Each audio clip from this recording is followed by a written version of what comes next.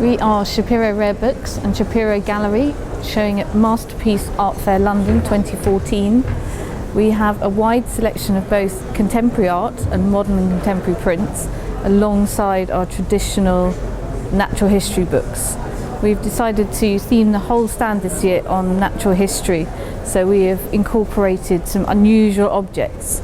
For example, we have this dodo bone, one of the rare extinct animals, and this is an original bone which is from the dodo. Alongside that we have a Kusama, Yayoi Kusama, who's a Japanese contemporary artist, one of her screen prints of pumpkins. Also, we have an amazing rare collection of Victorian hummingbirds. These birds were caught in the 1840s and cased as a pair. You can see the amazing colours in the iridescence of the wings of the birds. Also, we have from Gould 3 original watercolours, which again are incredibly rare.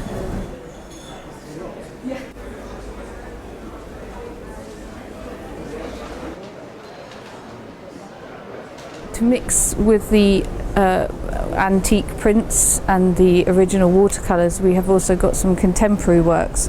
Andy Warhol's complete set of endangered species. These screen prints are from 1983 and were produced by Warhol to raise funds for ecological and environmental issues.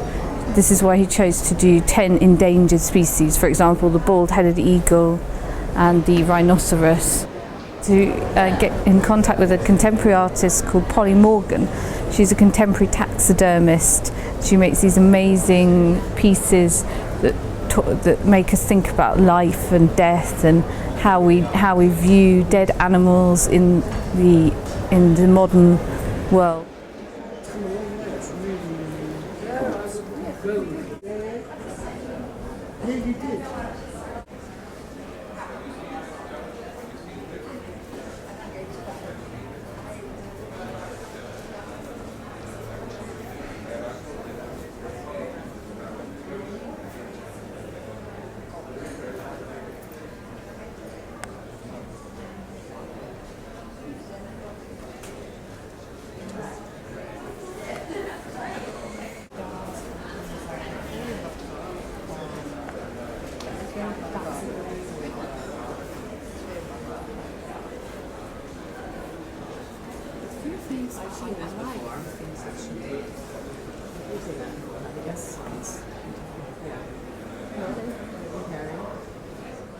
It's fantastic, but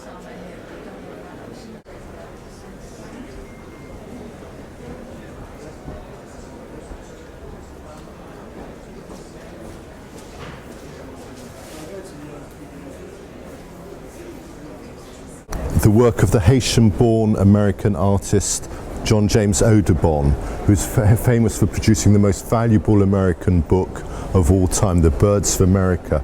This was his final work, The Quadrupeds of America, produced in 3 enormous volumes, recording the bears, the jaguars, the squirrels, all the wildlife that you would find on the North American continent. This follows on very nicely from a further work done by the Englishman Mark Catesby, who produced this work in the 18th century. Born in Ipswich, he travelled to America 3 times, to Florida, again recording the wildlife, not just the animals, but the flora, and it's the most amazing work. Again, this took a very long time to produce because not only did he do all the drawings himself, he produced some 200 copies of it and he coloured all the engravings himself by hand. Some 35,000 illustrations in total, a remarkable feat of enterprise. A medical book looking at the human anatomy. What is remarkable about it is it's one of the earliest depictions of the rhinoceros in Western art. These were specimens that had been brought to the zoo and they had been incredibly exotic. It's difficult to imagine anything comparable today. If we think that giant pandas are exotic now. Imagine what a rhinoceros was like in the 17th century. Again, coming around, we do a lot of work on orchids. These are always a popular subject. And they were a great labour of love for the people who had to travel the world, collecting the species, going up the Amazon, Brazil to Venezuela, on to Mexico, Asia, collecting the specimens that would be brought back to Europe and grown and cultivated here. Amongst the other great treasures on a similar vein was, of course, the work of the Nuremberg apothecary Weinmann, and he again brought back and grew tremendously exotic species, things that we now take for granted, like tulips. But this was like, these had come from Turkey, and they were considered the height of fashion, the most desirable plant you could have in your garden.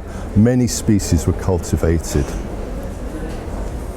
And of course it led to a great speculation in tulip seeds, where people spent fortunes acquiring new specimens. And it was one of the great examples of financial speculation gone wrong.